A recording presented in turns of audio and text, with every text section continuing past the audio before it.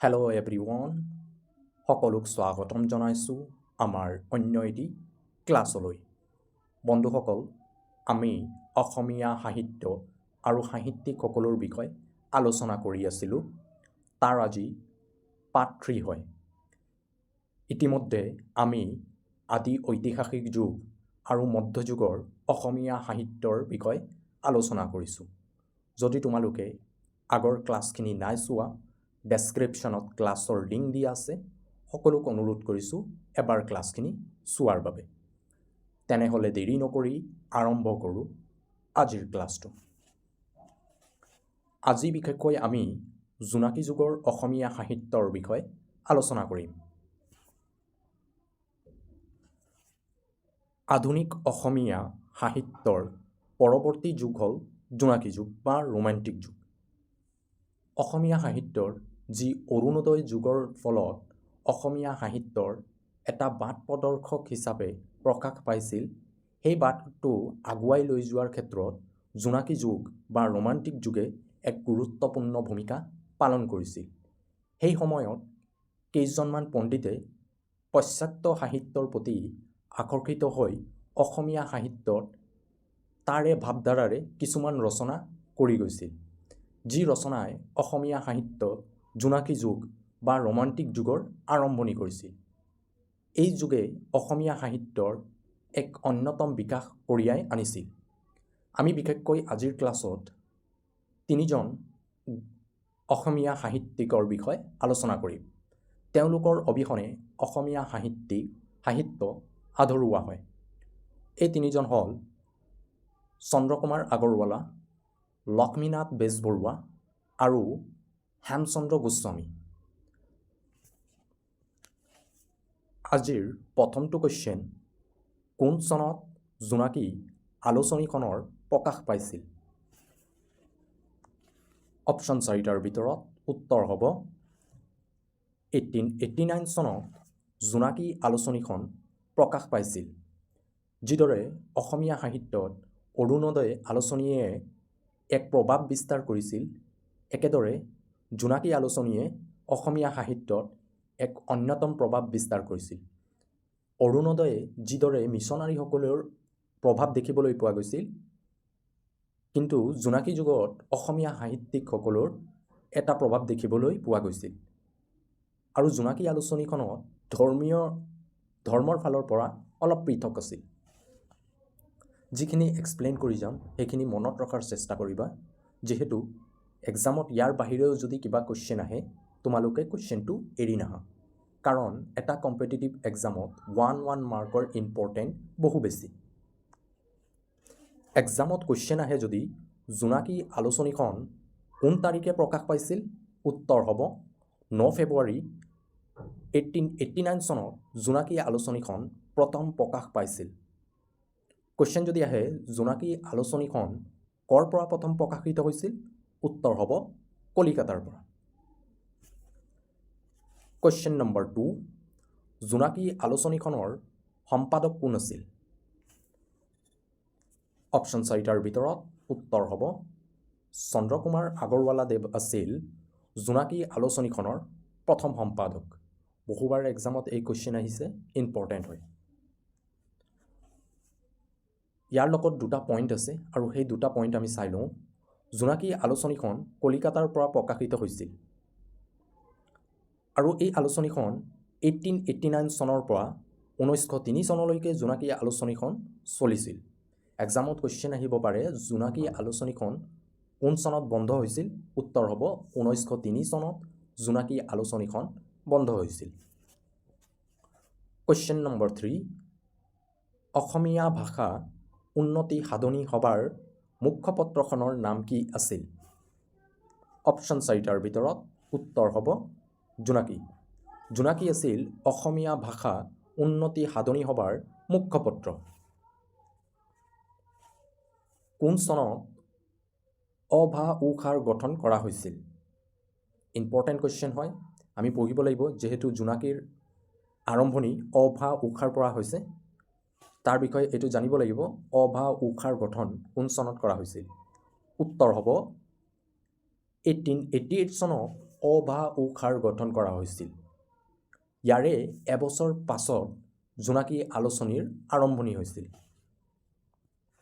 এক্সামত question আহিব পাৰে, অসমীয়া ভাষা উন্নতি সাধনী সভাৰ গঠন কোন তাৰিখে কৰা হৈছিল? যদি এক্সামত কুৱেশ্যন আহে, উত্তৰ হ'ব 25 আগষ্ট অ বা উশাৰ গঠন কৰা হৈছিল 1988 চনৰ 25 আগষ্ট।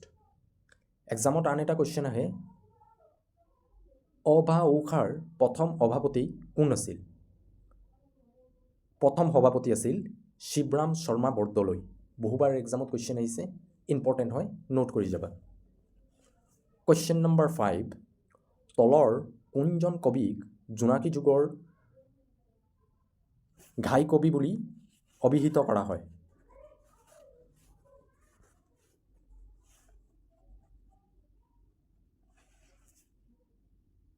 অপশ্যন 4টাৰ ভিতৰত উত্তৰ হ'ব চন্দ্ৰকুমাৰ আগৰৱালাদেৱক জোনাকী যুগৰ ঘাই কবি বুলি কোৱা হয়। এক্সামত কুৱেশ্যন আহিব পাৰে, জোনাকী যুগৰ ত্ৰিমূৰ্তি তলৰ কোনজন হয়? তো আমি জানিব লাগিব জোনাকী যুগৰ কোনজন সাহিত্যিকক জোনাকী যুগৰ ত্ৰিমূৰ্তি বুলি কোৱা হয়। প্ৰথমতে চন্দ্ৰকুমাৰ আগৰৱালা, লক্ষ্মীনাথ বেজবৰুৱা, হেমচন্দ্ৰ গোস্বামী। বৰুৱা আছে, হেমচন্দ্ৰ গোস্বামী হ'ব, শুদ্ধ কৰি ল'বা তোমালোকে। হেমচন্দ্ৰ গোস্বামী, এই তিনিজনক সাহিত্যিকক জোনাকী যুগৰ ত্ৰিমূৰ্তি বুলি কোৱা হয়। এক্সামত কুৱেশ্যন আহিব পাৰে, তলৰ কোনজন জোনাকী যুগৰ ত্ৰিমূৰ্তি নহয় বা কোনজন হয়? তাৰ বাবে এই তিনিজনৰ নাম মনত ৰাখিব লাগিব। কুৱেশ্যন নম্বৰ 5, তলৰ কোনজন কবিক জোনাকী যুগৰ ঘাই কবি বুলি অভিহিত কৰা হয়? অপশ্যন 4টাৰ ভিতৰত উত্তৰ হ'ব চন্দ্ৰকুমাৰ আগৰৱালাক জোনাকী যুগৰ ঘাই কবি বা ত্ৰিমূৰ্তিৰ ভিতৰত এজন আছিল। বাকী তিনিজন জোনাকী যুগৰ ত্ৰিমূৰ্তি বুলি অভিহিত কৰা নহয়। আমাক মনত থ'ব লাগিব জোনাকী যুগৰ তিনিজন ঘাই কবি বা জোনাকী যুগৰ তিনিজন ত্ৰিমূৰ্তি হ'ল চন্দ্ৰকুমাৰ আগৰৱালা, লক্ষ্মীনাথ বেজবৰুৱা আৰু হেমচন্দ্ৰ গোস্বামী। এই তিনিজনক জোনাকী যুগৰ ত্ৰিমূৰ্তি বুলি অভিহিত কৰা হয়। এক্সামত কুৱেশ্যন আহিব পাৰে, তলৰ কোনজন জোনাকী যুগৰ ত্ৰিমূৰ্তিৰ ভিতৰত এজন হয় বা এজন নহয়? তো নামখিনি মনত ৰাখিবা। কুৱেশ্যন নম্বৰ 6, কোনটো কবিতাৰ পৰা অসমীয়া ৰোমান্টিক যুগৰ আৰম্ভণি হৈছিল? অপশ্যন 4টাৰ ভিতৰত উত্তৰ হ'ব বনকুঁৱৰী নামৰ কবিতাৰ পৰা অসমীয়া ৰোমান্টিক যুগৰ আৰম্ভণি হৈছিল। যিহেতু লক্ষ্মীনাথ বেজবৰুৱা, চন্দ্ৰকুমাৰ আগৰৱালা আৰু হেমচন্দ্ৰ গোস্বামীয়ে পাশ্চাত্য সাহিত্যৰ প্ৰতি আকৰ্ষিত হৈ তেওঁলোকে অসমীয়া সাহিত্যত ৰচনা কৰিবলৈ আৰম্ভ কৰিছিল। আৰু এই ৰচনাৱলীয়ে অসমীয়া সাহিত্যত ৰোমান্টিক যুগৰ আৰম্ভণি কৰিছিল। এক্সামত কুৱেশ্যন আহিব পাৰে, ৰোমান্টিক যুগৰ আৰম্ভণি কোনটো কবিতাৰ পৰা হৈছিল? বনকুঁৱৰী নামৰ কবিতাৰ পৰা। বনকুঁৱৰীক আধুনিক অসমীয়া কবিতা বুলিও কোৱা হয়। এক্সামত কুৱেশ্যন আহিব পাৰে, তলৰ কোনখন কবিতাক আধুনিক অসমীয়া কবিতা বুলি কোৱা হয়? উত্তৰ হ'ব বনকুঁৱৰী। বন্ধুসকল, তোমালোকে যদি আমাৰ অসম ইতিহাস, অসমৰ ভূগোল, অসমৰ কলা সংস্কৃতি এইখিনি ক্লাছ নাই চোৱা, সকলোক অনুৰোধ কৰিছোঁ এবাৰ ক্লাছখিনি চোৱাৰ বাবে, য'ত আমি আৰম্ভণিৰ পৰা শেষলৈকে কনচেপ্ট লগত চিৰিয়েলকৈ MCQসমূহ আলোচনা কৰিছোঁ।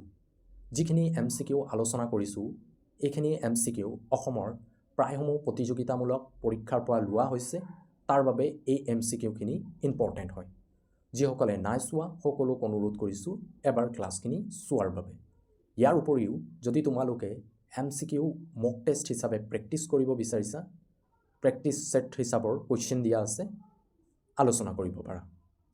কুৱেশ্যন নম্বৰ 7, কোনে প্ৰথম আধুনিক কবিতাৰ সৃষ্টি কৰিছিল? অপশ্যন 4টাৰ ভিতৰত উত্তৰ হ'ব চন্দ্ৰকুমাৰ আগৰৱালাই আধুনিক কবিতাৰ সৃষ্টি কৰিছিল।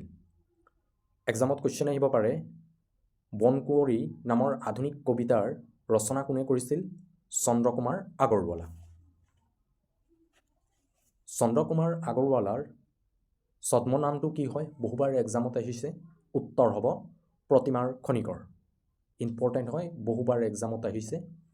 মই যিখিনি এক্সপ্লেইন কৰি গৈছোঁ এক্সট্ৰা পইণ্ট একো নহয়, আৰু যিখিনি নোট আনিছোঁ একেবাৰে ইম্পৰ্টেণ্ট হয়। এক্সট্ৰা একো পইণ্ট নাই আনা। তোমালোকৰ আগন্তুক দিনত যি হ'বলগীয়া পৰীক্ষা আছে তাৰ বাবে যিমানখিনি প্ৰয়োজন ইমানখিনিয়ে আমি আনিছোঁ। আমি ডিপ গৈ নপঢ়োঁ, যিমান প্ৰয়োজন সিমানেই পঢ়িম। কুৱেশ্যন নম্বৰ 8, তলৰ কোনখন কবিতা পুথি চন্দ্ৰকুমাৰ আগৰৱালাদেৱে ৰচনা কৰিছিল? প্ৰহ্লাদ চৰিত্ৰ, সুবৰণী, বিন বৰাগী, অকণ। অপশ্যন 4টাৰ ভিতৰত উত্তৰ হ'ব বিন বৰাগী। বিন বৰাগী কবিতা পুথিৰ ৰচনা চন্দ্ৰকুমাৰ আগৰৱালাদেৱে কৰিছিল। চন্দ্ৰকুমাৰ আগৰৱালাদেৱৰ আন এখন জনপ্ৰিয় কবিতা পুথি হ'ল প্ৰতিমা। ভেৰি ভেৰি ইম্পৰ্টেণ্ট হয়, দুখন নাম আমি মনত ৰাখিব লাগিব, প্ৰতিমা আৰু বিন বৰাগী। দুখনে হয়, বহুবাৰ এক্সামত কুৱেশ্যন আহিছে, ইম্পৰ্টেণ্ট হয়। কুৱেশ্যন নম্বৰ 9, প্ৰতিমাখন সৰু কিন্তু নিভাঁজ সোণৰ এই কথাষাৰ কোনে কৈছিল? Option 1 Chandrakumar Agarwala, option 2 Lakshminath Bezbaruah, option 3 Ananda Chandra Agarwala, option 4 Hemchandra Goswami. উত্তৰ হ'ব লক্ষ্মীনাথ বেজবৰুৱাই এই কথাষাৰ কৈছিল, প্ৰতিমাখন সৰু কিন্তু নিভাঁজ সোণৰ। ভেৰি ভেৰি ইম্পৰ্টেণ্ট হয়, বহুবাৰ এক্সামত কুৱেশ্যন আহিছে। কুৱেশ্যন নম্বৰ 10, কোনজন অসমীয়া সাহিত্যিকক চুটিগল্পৰ জনক বুলিও কোৱা হয়? অপশ্যন 4টাৰ ভিতৰত উত্তৰ হ'ব লক্ষ্মীনাথ বেজবৰুৱাক চুটিগল্পৰ সম্ৰাট বুলি জনা যায়, আৰু তেওঁ আছিল চুটিগল্পৰ বাট প্ৰদৰ্শক। তেওঁৰ পৰা অসমীয়া চুটিগল্পৰ আৰম্ভণি হৈছিল। লক্ষ্মীনাথ বেজবৰুৱাৰ আমি জন্ম আৰু মৃত্যুৰ বিষয়ে আমি জানিব লাগিব। ইয়াৰটো বহুবাৰ এক্সামত কুৱেশ্যন আহিছে। লক্ষ্মীনাথ বেজবৰুৱাৰ জন্ম 1864 চনত আৰু তেখেতৰ মৃত্যু 1938 চনত। এই দুটা চন আমি মনত ৰাখিব লাগিব। কুৱেশ্যন নম্বৰ 11, প্ৰথম অসমীয়া চুটিগল্পটোৰ নাম কি হয়? অপশ্যন 4টাৰ ভিতৰত উত্তৰ হ'ব সুৰবি। সুৰবি আছিল অসমীয়া চুটিগল্প, প্ৰথম চুটিগল্প। এক্সামত কুৱেশ্যন আহিব পাৰে, সুৰবিখন কোন চনত প্ৰকাশ পাইছিল? 1909 চনত সুৰবিখন প্ৰকাশ পাইছিল। কুৱেশ্যন নম্বৰ 12, লক্ষ্মীনাথ বেজবৰুৱাৰ ছদ্মনাম হ'ল গুৰুদত্ত, কৃপাবৰ বৰবৰুৱা, অজগৰ, অষ্টবক্ৰ। অপশ্যন 4টাৰ ভিতৰত উত্তৰ হ'ব কৃপাবৰ বৰবৰুৱা লক্ষ্মীনাথ বেজবৰুৱাৰ ছদ্মনাম হয়। অজগৰ আছিল সৈয়দ আব্দুল মালিকৰ ছদ্মনাম। তোমালোকে মোক দুটা কমেণ্ট কৰি ক'বা, গুৰুদত্ত আৰু অষ্টবক্ৰ কাৰ ছদ্মনাম হয়? আজিৰ হোমৱৰ্ক হয়, কমেণ্ট কৰি জনাবা। লক্ষ্মীনাথ বেজবৰুৱাৰ ছদ্মনামসমূহ হ'ল ৰসৰাজ, সাহিত্যৰথী, চুটিগল্পৰ সম্ৰাট। তিনিটা নাম মনত ৰাখিবা, বহু গুৰুত্বপূৰ্ণ হয়, এক্সামত আহিছে। ৰসৰাজ, সাহিত্যৰথী, চুটিগল্পৰ সম্ৰাট। আৰু উপন্যাস সম্ৰাট কোন হয়? ৰজনীকান্ত বৰদলৈ। চুটিগল্পৰ সম্ৰাট লক্ষ্মীনাথ বেজবৰুৱা। লক্ষ্মীনাথ বেজবৰুৱাদেৱক কোনে ৰসৰাজ উপাধি প্ৰদান কৰিছিল? ইম্পৰ্টেণ্ট কুৱেশ্যন হয়, বহুবাৰ এক্সামত কুৱেশ্যন আহিছে। উত্তৰ হ'ব নগেন নাৰায়ণ চৌধুৰীয়ে লক্ষ্মীনাথ বেজবৰুৱাক ৰসৰাজ উপাধি প্ৰদান কৰিছিল। যদি এক্সামত কুৱেশ্যন অপশ্যনত নগেন নাৰায়ণ চৌধুৰী দিয়া নাথাকে তেনেহ'লে উত্তৰ হ'ব অসম সাহিত্য সভাই।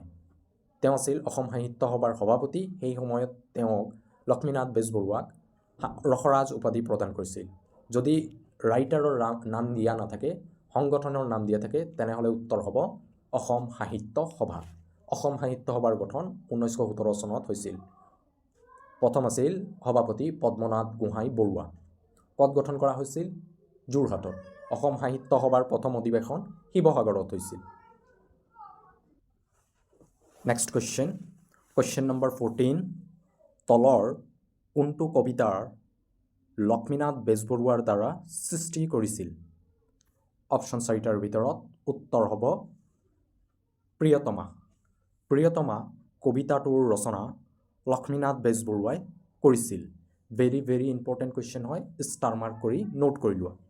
কুৱেশ্যন নম্বৰ 15, পদুমকলি কবিতা পুথিখনৰ ৰচনা কোনে কৰিছিল? অপশ্যন 4টাৰ ভিতৰত উত্তৰ হ'ব লক্ষ্মীনাথ বেজবৰুৱাই পদুমকলি কবিতা পুথিখনৰ ৰচনা কৰিছিল। লক্ষ্মীনাথ বেজবৰুৱাই দুখন কবিতা পুথি আছিল, পদুমকলি, কদমকলি। ইম্পৰ্টেণ্ট হয় দুখন কবিতা পুথি, পদুমকলি, কদমকলি। এই দুখন কবিতা পুথিৰ ৰচনা লক্ষ্মীনাথ বেজবৰুৱাই কৰিছিল। যদি ক্লাছটো চাই ভাল পোৱা, ক্লাছটো লাইক কৰি দিবা। তোমালোকৰ এটা লাইকে আমাক মটিভেট কৰে এনেধৰণৰ ক্লাছসমূহ প্ৰস্তুত কৰাৰ বাবে। এই ক্লাছটো একেবাৰে বিনামূলীয়া হয়, তোমালোকক একেবাৰে ফ্ৰী কণ্টেণ্ট দিম, আৰু যিখিনি কণ্টেণ্ট দিম ইম্পৰ্টেণ্ট হয়, এক্সামত আহি থকা টপিকৰ পৰাই দিম, কেৱল তোমালোকৰ এটা লাইক লাগে। কুৱেশ্যন নম্বৰ 16, লক্ষ্মীনাথ বেজবৰুৱাৰ একমাত্ৰ উপন্যাসখনৰ নাম কি হয়? অপশ্যন 4টাৰ ভিতৰত উত্তৰ হ'ব পদুম কুঁৱৰী। পদুম কুঁৱৰী লক্ষ্মীনাথ বেজবৰুৱা দেৱৰ একমাত্ৰ উপন্যাস হয়। লক্ষ্মীনাথ বেজবৰুৱাই নিজৰ আত্মজীৱনী তেওঁ নিজে ৰচনা কৰিছিল। ইম্পৰ্টেণ্ট হয়, সেই আত্মজীৱনীখনৰ নাম কি হয়? উত্তৰ হ'ব মোৰ জীৱন সোঁৱৰণী। তেওঁ নিজে নিজৰ আত্মজীৱনীখনৰ ৰচনা কৰিছিল। কুৱেশ্যন নম্বৰ 17, তলৰ কোনখন আলোচনীৰ সম্পাদক আছিল লক্ষ্মীনাথ বেজবৰুৱা? ল'ৰাবন্ধু, উষা, অৰুণোদয় আৰু বাঁহী। উত্তৰ হ'ব বাঁহী আলোচনীৰ সম্পাদক আছিল লক্ষ্মীনাথ বেজবৰুৱা। এক্সামত কুৱেশ্যন আহিব পাৰে, বাঁহী আলোচনীখন কোন চনত প্ৰকাশ পাইছিল? উত্তৰ হ'ব 1909 চনত বাঁহী আলোচনীখন প্ৰকাশ পাইছিল। অপশ্যন 2.2টো চাই লওঁ। অসমৰ জাতীয় সংগীত প্ৰথমবাৰৰ বাবে এই বাঁহী আলোচনীখনতে প্ৰকাশ পাইছিল। এক্সামত কুৱেশ্যন আহিব পাৰে, অসমৰ জাতীয় সংগীত কোনখন আলোচনীত প্ৰথম প্ৰকাশ পাইছিল? উত্তৰ হ'ব বাঁহী আলোচনীত। কুৱেশ্যন নম্বৰ 18, তলৰ কোনখন লক্ষ্মীনাথ বেজবৰুৱাৰ বুৰঞ্জীমূলক নাটক হয়? অপশ্যন 4টাৰ ভিতৰত উত্তৰ হ'ব জয়মতী কুঁৱৰী নামৰ নাটকখন লক্ষ্মীনাথ বেজবৰুৱা দেৱৰ বুৰঞ্জীমূলক নাটক হয়। এইখনৰ ওপৰত ভিত্তি কৰি জ্যোতিপ্ৰসাদ আগৰৱালাদেৱে জয়মতী নামৰ ছবিখনৰ নিৰ্মাণ কৰিছিল। জয়মতী ছবিখন আছিল অসমৰ প্ৰথমখন ছবি, যি ছবিখন 1935 চনত মুক্তি লাভ কৰিছিল। ইম্পৰ্টেণ্ট পইণ্টখিনি এক্সপ্লেইন কৰি গৈছোঁ, নোট কৰি যাবা, ইয়াক মনত ৰখাৰ চেষ্টা কৰিবা। কুৱেশ্যন নম্বৰ 19, লক্ষ্মীনাথ বেজবৰুৱা কোন চনৰ অসম সাহিত্য সভাৰ সভাপতি আছিল? অপশ্যন 4টাৰ ভিতৰত উত্তৰ হ'ব 1924 চনৰ অসম সাহিত্য সভাৰ সভাপতি আছিল লক্ষ্মীনাথ বেজবৰুৱা। এক্সামত কুৱেশ্যন আহিব পাৰে, 1924 চনৰ অসম সাহিত্য সভা ক'ত অনুষ্ঠিত হৈছিল বা কোনখন অধিৱেশনত লক্ষ্মীনাথ বেজবৰুৱাক অসম সাহিত্য সভাৰ সভাপতি আছিল? উত্তৰ হ'ব গুৱাহাটী অধিৱেশনৰ সভাপতি আছিল লক্ষ্মীনাথ বেজবৰুৱা। 1916 চনৰ অসম ছাত্ৰ সন্মিলনৰো সভাপতি তেওঁ কৰিছিল। 1916 চনত অসম ছাত্ৰ সন্মিলনৰ গঠন হৈছিল আৰু এই সন্মিলনৰ সভাপতি আছিল লক্ষ্মীনাথ বেজবৰুৱা। 3-4টা পইণ্ট এক্সট্ৰা আমি গম পাইছোঁ, যাতে এক্সামত এনেধৰণৰ কুৱেশ্যন আহিলেও আমি কৰিব পাৰোঁ। যিহেতু এটা প্ৰতিযোগিতামূলক পৰীক্ষাত 1 মাৰ্কৰ ইম্পৰ্টেণ্ট কিমান হয় তোমালোকে সকলোৱে ভালদৰে জানা। কুৱেশ্যন নম্বৰ 20, প্ৰথম অসমীয়া ছনেট কবিতাৰ নাম কি হয়? অপশ্যন 4টাৰ ভিতৰত উত্তৰ হ'ব প্ৰিয়তমাৰ চিঠি। প্ৰিয়তমাৰ চিঠি আছিল প্ৰথম অসমীয়া ছনেট কবিতা। এক্সামত কুৱেশ্যন আহে যদি প্ৰথম অসমীয়া ছনেট কবিতা পুথিখনৰ নাম কি? উত্তৰ হ'ব মালচ। দুটা কুৱেশ্যন বহুবাৰ এক্সামত আহিছে, নোট কৰি ল'বা। হেমচন্দ্ৰ গোস্বামীয়ে প্ৰিয়তমাৰ চিঠিখনৰ ৰচনা কৰিছিল। ইয়াৰ উপৰিও হেমচন্দ্ৰ গোস্বামীৰ আন এখন জনপ্ৰিয় কবিতা হ'ল কাকু আৰু হিয়া নিবিলাও। ইম্পৰ্টেণ্ট হয়, এই দুখন মনত ৰাখিবা। প্ৰথমখন হয় প্ৰিয়তমাৰ চিঠি আৰু দ্বিতীয়খন হ'ব কাকু হিয়া আৰু নিবিলাও। কুৱেশ্যন নম্বৰ 21, প্ৰিয়তমাৰ চিঠিৰ ৰচনা কোনে কৰিছিল? ইতিমধ্যে মই উত্তৰ কৈ গৈছোঁ। হেমচন্দ্ৰ গোস্বামীয়ে প্ৰিয়তমাৰ চিঠিখনৰ ৰচনা কৰিছিল। আজিৰ শেষৰটো কুৱেশ্যন, কোন চনত হেমচন্দ্ৰ গোস্বামী অসম সাহিত্য সভাৰ সভাপতি হিচাপে নিৰ্বাচিত হৈছিল? অপশ্যন 4টাৰ ভিতৰত উত্তৰ হ'ব 1920 চনত অসম সাহিত্য সভাৰ সভাপতি আছিল হেমচন্দ্ৰ গোস্বামী। দুটা পইণ্ট আছে ইম্পৰ্টেণ্ট, আমি চাই লওঁ। হেমচন্দ্ৰ গোস্বামী আছিল অসম সাহিত্য সভাৰ 4ৰ্থজন সভাপতি।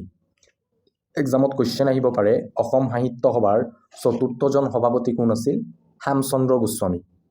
এক্সামত কুৱেশ্যন আহিব পাৰে অসম সাহিত্য সভাৰ 4ৰ্থ অধিৱেশন ক'ত হৈছিল? তেজপুৰত হৈছিল।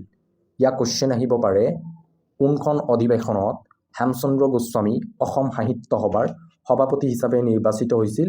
উত্তৰ হ'ব তেজপুৰ অধিৱেশনত তেওঁ আছিল অসম সাহিত্য সভাৰ সভাপতি। তো বন্ধুসকল, আজিৰ ক্লাছত আমি এইখিনি যি জোনাকী যুগৰ ত্ৰিমূৰ্তিসকলৰ বিষয়ে আলোচনা কৰিছোঁ আৰু যিখিনি কুৱেশ্যন আলোচনা কৰিছোঁ, এই কুৱেশ্যনখিনি ভেৰি ভেৰি ইম্পৰ্টেণ্ট হয়। অসমৰ কেৱল এই চিৰিজটো কেৱল আছাম পুলিচৰ বাবেই নহয়, অসমৰ প্ৰতিটো প্ৰতিযোগিতামূলক পৰীক্ষাৰ বাবে গুৰুত্ব হয়। যদি আজিৰ ক্লাছত কিবা ডাউট থাকে মোক কমেণ্ট কৰি জনাবা। ইয়াৰ উপৰিও যিসকলে আমাৰ চেনেলটো ছাবস্ক্ৰাইব নাই কৰা সেইসকলক ৰিকুৱেষ্ট কৰিছোঁ আমাৰ চেনেলটো ছাবস্ক্ৰাইব কৰাৰ বাবে। আমি এনেধৰণৰ গুৰুত্বপূৰ্ণ টপিকসমূহ একেবাৰে বিনামূলীয়াকৈ আলোচনা কৰিম। ইয়াৰ বাবে কোনো পে ফিজ দিব দৰকাৰ নাই, একেবাৰে বিনামূলীয়া হয়। পে ফিজৰ নামত কেৱল তোমালোকৰ এটা লাইকে লাগে। আজিলৈ ইমানেই, পুনৰ লগ পাম আমি আমাৰ আন এটা ক্লাছলৈ। Thank U.